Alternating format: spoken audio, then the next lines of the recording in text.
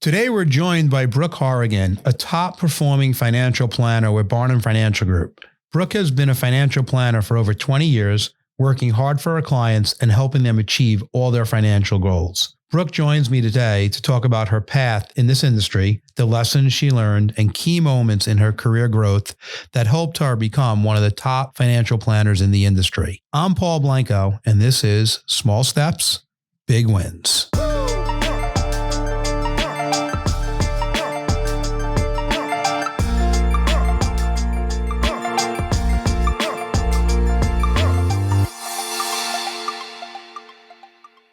Well, Brooke, welcome to the show. I'm so happy to have you today. I really am. And nice to be in person here in beautiful Shelton, Connecticut today. So thank you for being here. And, where do I start? Well, let's start from the beginning.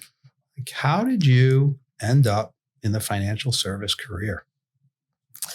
I think probably like most people, I kind of fell into it. I was graduating college and I was kind of looking around and I met a gentleman from another firm who was really known for providing good training, getting licensed, all that sort of stuff. So I was kind of weighing my options. It was a commission deal plus a base. So I was kind of weighing my options, looking at different firms to go to, different industries as I was graduating college. And I said, you know what, let's take a flyer on it.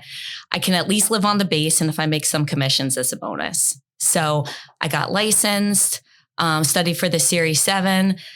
When I passed the Series 7, it was kind of an interesting time where I was driving home from the test. I was super pumped. And I had a sunroof at the time and I was opening the sunroof and I was like thinking, wow, dollar bills are just going to like fall from the sky, right? Like I have my Series 7. This is awesome.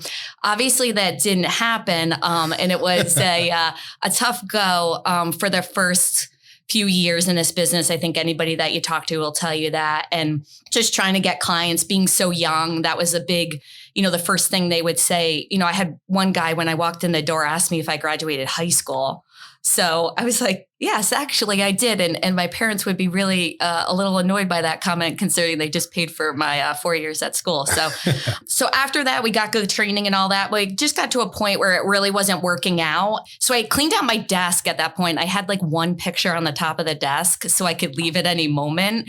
And nobody knew that there was nothing in the drawers, but there wasn't a speck of anything else in the drawers other than one picture on the top of the desk. And I was debating on what to do. And so I decided to take the LSATs and I figured, you know what, I could go back to law school and I can at least get another degree, kind of bartend my way through law school and make a few bucks. And then my colleague at the time ended up talking with you and came over, had a good conversation.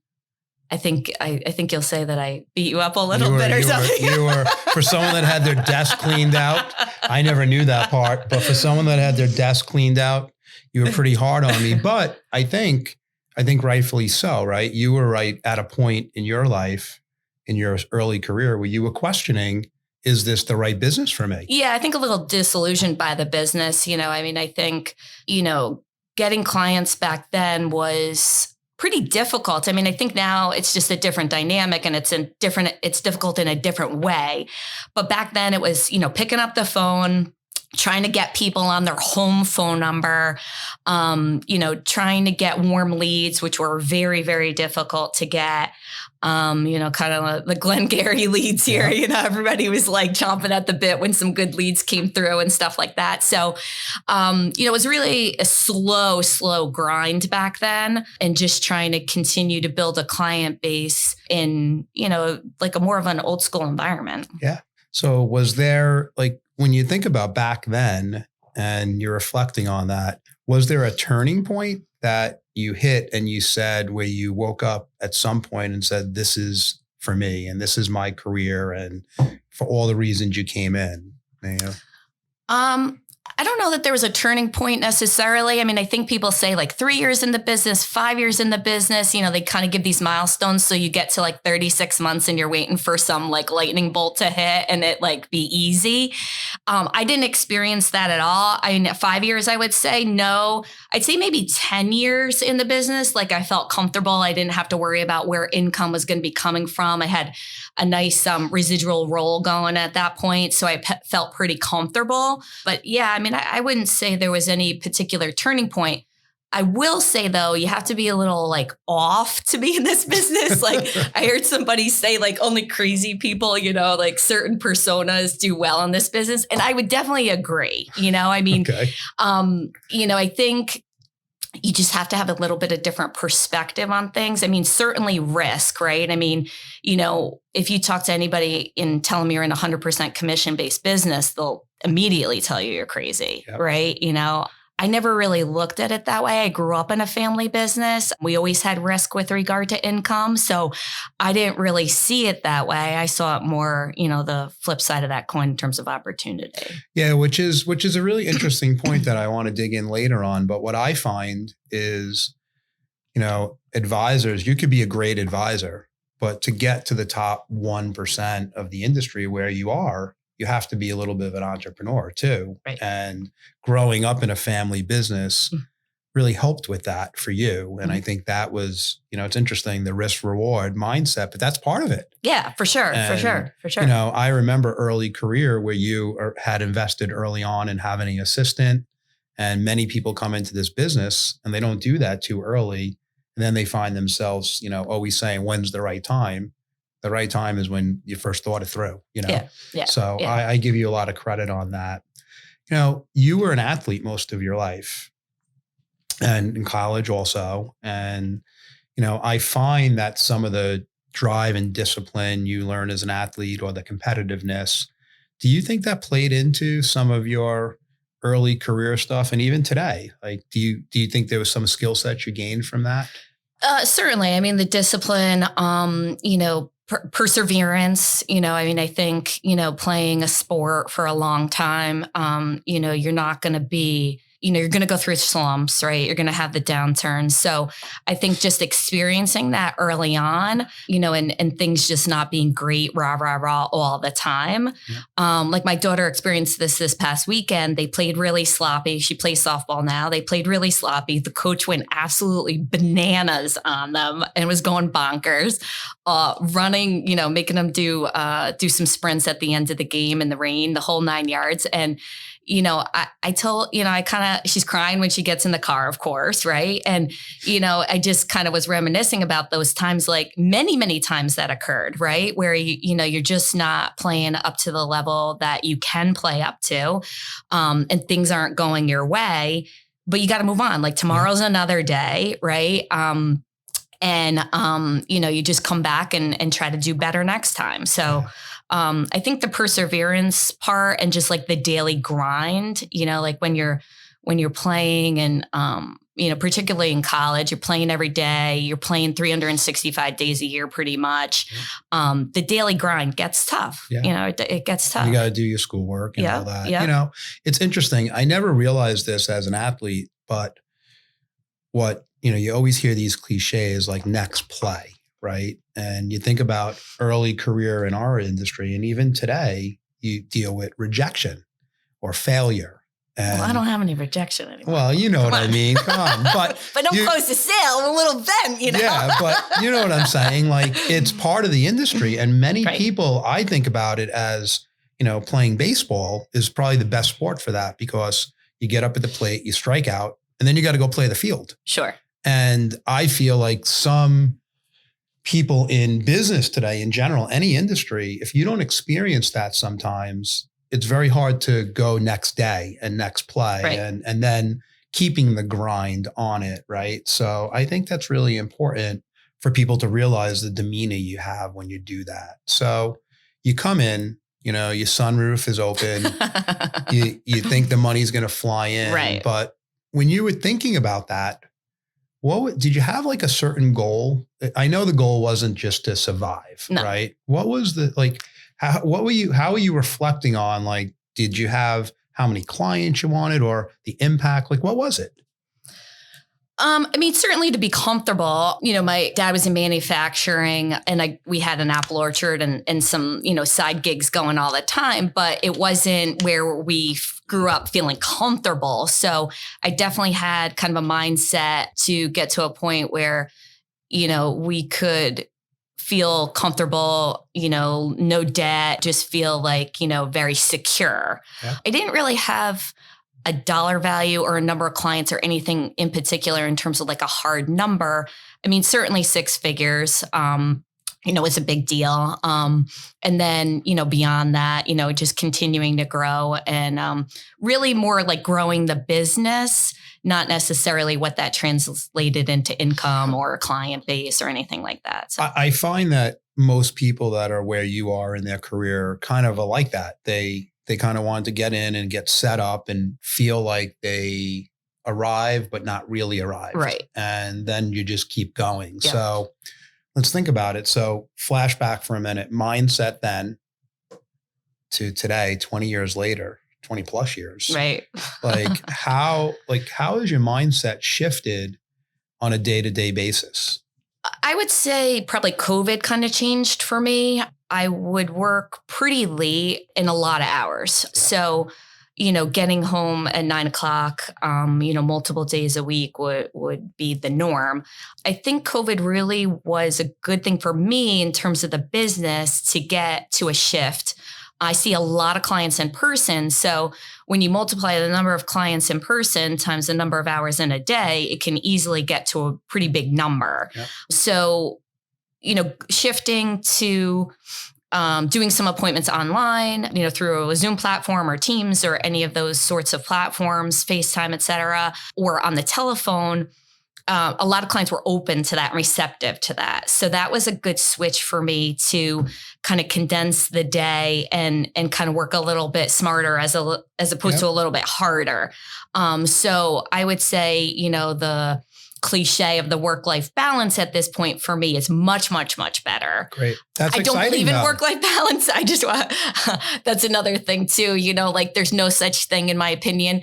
I've read a few books with regard to the fact that there is no such thing, and you're leaning in on one or the other. And I think that you have to make a conscious decision at different points in time to lean in on different areas depending on what's needed. And I think the concept of being perfectly balanced between the two is really a misconception or setting yourself up for failure, because I just don't think it's the reality of how life works. Yeah. And as you're listening right now, I talk about being present all the time, but I like the way you said that about, leaning into where you are at that moment. Right. And I think that's a really cool thing. And this career affords, any entrepreneurial career usually affords that freedom. But if you take advantage of that, especially early career, that could be a huge problem. And you can tell you love what you do each day and you love the impact you make. So it doesn't sometimes feel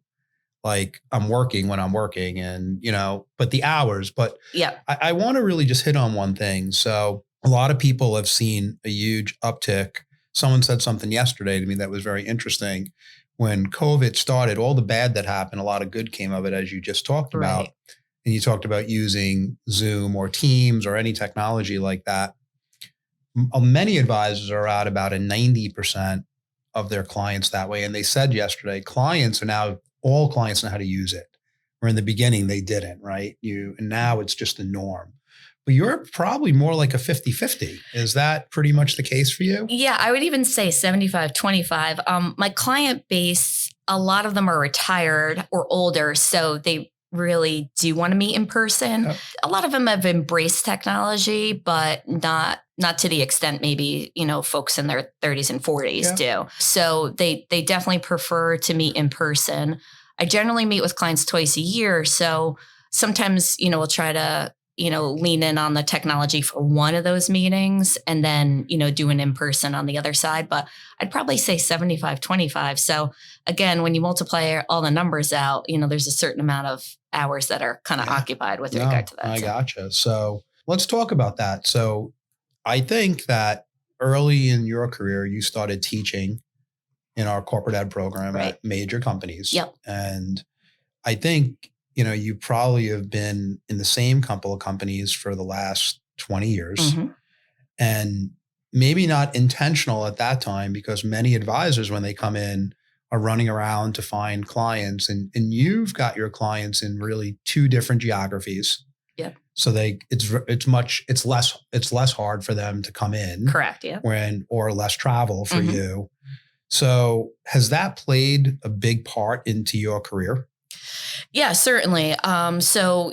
Building a client base that is very homogeneous, it lends itself to referrals to people who are like them, right? Sure. So, I get referrals on a weekly basis of clients who are referring me to someone who's just like them. And so from that aspect of it, it does make the back office side, recommendations, all that, we've really streamlined our processes with regard to that because they're very similar, which is great. And a lot of them have pension plans, which is a thing of the past, but a lot of them still have some accrued benefits there. So, there's a lot of similarities in my client base, which is good. And that's certainly helpful from, a back office standpoint, so to speak. So, yeah. And then you have access to them and you've become well known at those companies.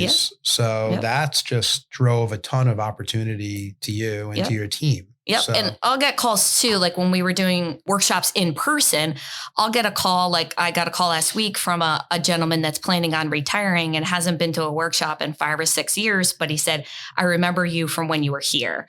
And I don't know if he, kept one of our workshop brochures or slides or what he kept, or he just happened to see a Zoom meeting that popped up, but he hasn't been to anything in a number of years, probably all of COVID. So, that's also nice too. Kind of like, I remembered you. Yeah. But I also think that your name is being spoken about and you're, you've done a really good job. So you get that, that's the credibility you get in the business. So so you started out, let's switch a little bit here. You started out as a solo practitioner. You came in and it was you and you. And now you're a team of, what are you, a team of 5 now or 4? 4 of you. 4, yeah. Yep. So you have a team of 4. Yep. Why don't you talk about, and which is great. And I think that's the coolest part of our business, right? That you can build whatever you want, whenever you want. Right. So why don't you talk about why teaming and kind of about the structure of the team? I definitely like the teaming approach. And my original business partner was Peter Facino. Oh, that's right. You were teaming all along. I was by myself, and then Peter and I were kind of working together, and then we kind of formally formed a team. And, just the car rides at that point, we were driving back to the offices, going to the corporations, meeting with some clients and prospects in person there. So the car rides, kind of bouncing things off each other, talking about life, all that sort of stuff was really nice. Again, it's a weird business. You have a lot of ups and downs. So being able to kind of have some dialogue with someone who's experiencing that at the same time you are is certainly helpful. And then Peter was, that was his 2nd or 3rd career. So he was getting ready for retirement. So I bought him out of the business. We had also at that point kind of brought Art on to help a little bit, handle some lower level clients at that point, and to see if that relationship was going to work or not. And then at the same time, my husband was managing an aerospace business overseas, and it was just getting like way too much. He was traveling 180 days a year, overseas, Singapore, Dubai, Abu Dhabi. And the icing on the cake was that he was living in London, trying to move a show from one location to the XL Center, doing all the logistics, all that, promised the world, big bonus, all that sort of stuff. We kind of see that maybe isn't coming to fruition. And then he was mugged and robbed in Waterloo Station and thrown down the escalator. So that was really the icing on the cake. At that point, I was probably like 8 months pregnant with my son and had a 2.5-year-old daughter. And he walks in the door and I'm like, what the hell happened? Did you get, he looked like he got in a car accident. So at that point we were like, I don't think this is good. Like this is too much with the kids and too much, me trying to manage all this here and you trying to manage all that there. So he said, well, I'm a process guy. I'm all about process. I'm all about, getting things set up, back office sort of stuff. With Peter leaving, why don't I manage the back office, handle all the paperwork, take all that off your plate?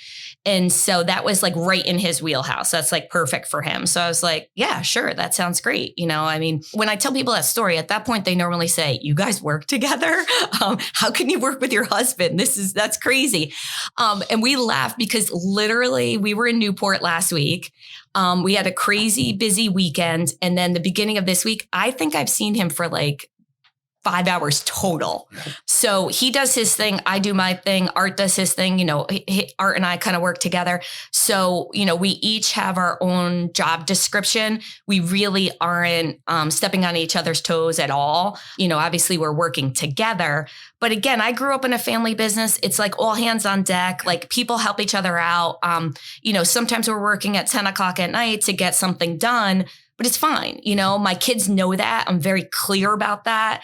You have all this because of that. And, there's certain times where we just have to do things. And I do try to separate church and state, so to speak. But, that's, not, an ideal, an ideal world, So that all worked well. That was like probably almost 10 years ago, 9 years ago. Yeah, at this point. So he's handling all that, managing our staff. And then Art and I are, kind of front of the house, so to speak, meeting with clients. And we meet with some clients together. We meet with some clients independently. So that obviously is working well as well. Yeah, it's amazing. And you guys, I agree. It's a good yin and yang. And I kind of, as you're saying, I'm saying to myself, the same thing goes on with Mindy and I, where we barely see each other. We have two different roles and we're on different floors. And I run into her once in a while and say, hey, what's up? And she says, I don't have time for you right now.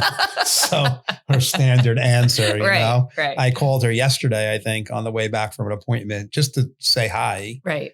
And she says, what do you need? I just wanted to say hi. I can't talk right now. Bye.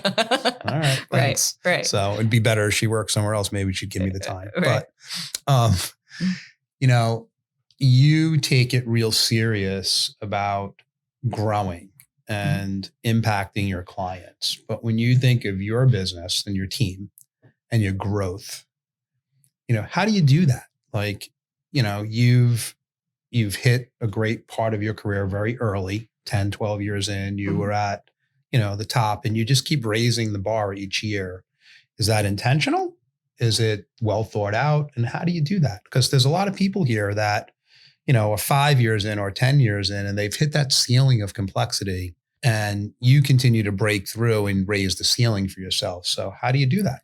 I mean, I think we're fortunate, there's a lot of opportunities inherently in my book. Yeah. And so, we make it very clear to clients when there is a financial decision that you need to make, the second call, maybe the first call to your spouse should be to us, right? And we want to be able to give you good advice, if not point you in the right direction. And it doesn't need to be a direct compensation back to me. We want to be able to be there to be helpful and all that. So inherently, the book generates a certain amount of growth inside that as a result of that. Fair. I think we've also gotten the opportunity to be able to work a little bit smarter as opposed to harder in terms of who we're taking on as clients. And I think that also has helped grow the business in a very controlled way. I would say at this point in my career, I'm not just like hitting the gas. Yeah. So it's in a very controlled way, very intentional. Yeah, which is great. And I think that many people, but do you guys really sit down and talk about that on a regular basis? Or is it just, it happens and you say, oh, wow, this is great.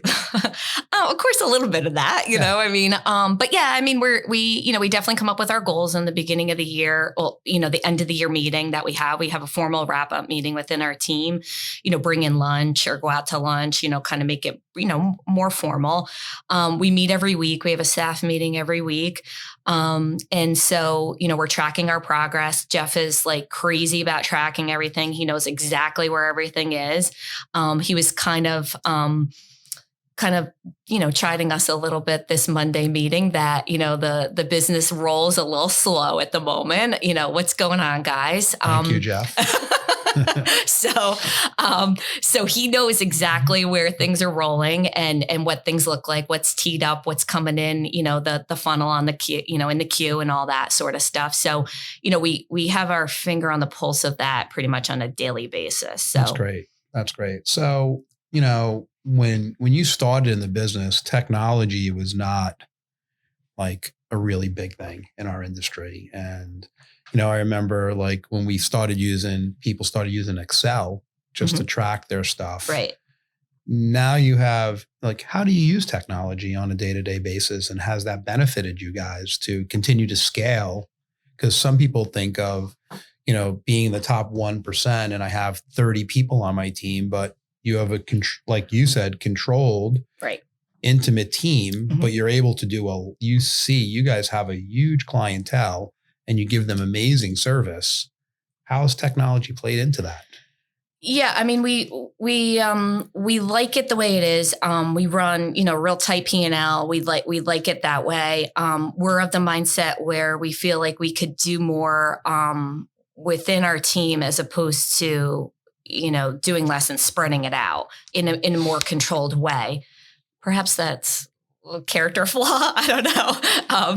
I don't think so. I think it's just, people think differently. And that's the cool part of being an entrepreneur. Yeah. I mean, we do leverage technology. We try to leverage technology more, as things roll out. I mean, we definitely leverage Salesforce as part of our business. I mean, that tracks everything, that tracks all our appointments. We run our reports to understand who we need to be meeting with the following month, reach out to those folks. So we really do have a good system in place. We also are old school on some of the things. I mean, Jeff runs a lot of spreadsheets. His Peloton name is Freaking the Sheets. Sheets as in sheets. I understood. He had a guy high-fiving him or somebody high-fiving him like crazy. He's like, I don't think he read that it was SHEETS. And so he loves Excel. He loves to be able to manipulate the numbers within Excel. And so we do some things old school. A lot of my clients are older. They like the, high touch, in-person sort of arrangement, which again, I think is probably a little bit more old school as well. Not going to their houses anymore, which is going way back. So they come into the office and they're happy doing that. And, I think we've got a good system in place to be able to, accommodate the relationship in terms of what they're looking for and also what's helpful for us on our side too. Yeah. So let's go a little personal for a second. Do you have like one of the things that you keep hearing, like you talk about reading a book about balance, right? The big buzz is, oh, what's your morning routine now? Right. And I have one and I built it over time and right. It just became second nature. But are there things that you do personally that help you to stay mentally engaged in your business? Or is it just, you just get up and go? Well, I'm not in a great season of my life with regard to children's activities and all that sort of stuff. We were kind of joking. Mindy asked us to sent us an invitation with regard to doing something, and I was really trying to make it work. But I said this season of my life is not allowing for any adult sort of things, in terms of that. But that's okay. I mean, we're certainly we're fine with it. Like, I was actually thinking about this because this weekend is super busy for us with the kids, and we're happy to do that. There's no place I'd rather be than on the field with them or in the stands watching them play. But when they were little, I kind of wasn't around. Which I think in a way was almost better, I mean, like when they were babies, like I was working till 9:00 at night and, I tried to, obviously you don't want to miss those times, but it's almost like they need you more now. Right. And so being 10 and 12 and, just kind of having us around a little bit more to be able to take them to those things, I think in a way kind of worked out. I mean, obviously you always want to be around, but they didn't know any different back then. Right. And we were married for 7 years before we even had kids. So there was an opportunity for me to build the business back then without even having children. And then now, so I would say now, I mean, like all great calendar, like our calendar will look awesome for the week. And then Monday will happen. And then of course the whole thing will blow up and things will get switched around. And so we're just kind of in the mindset of trying to stay scheduled, but also accepting the reality of life that it's going to need to be juggled. Yeah, some flexibility. Exactly. Yep. That's great. Yep. So let's go to the future for a minute. So what's next? I don't know. I mean, I'm not that old, so I'm not really, retirement. I don't know when that is, we could work in this, I don't know. I mean, we can work in this business forever. Like good friend of yours, Frank Giannini was here. What was he? 84, 85? Yeah. Still working in the business. I don't know. That'll be me.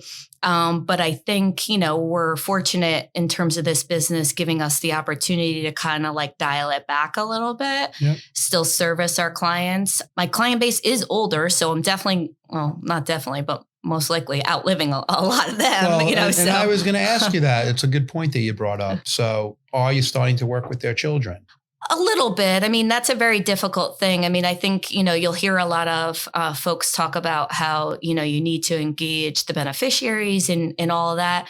I think I read a stat that only 1 in 10 stays with the existing advisor. Yep. So, I try to. I mean, I think there's definitely, I'm working a lot with clients' children who are buying properties right now. And it's interesting, their perspective. By the way, they all think they're going to refinance their mortgage in 2 years for a 4% 30-year fixed. So do I. So do I.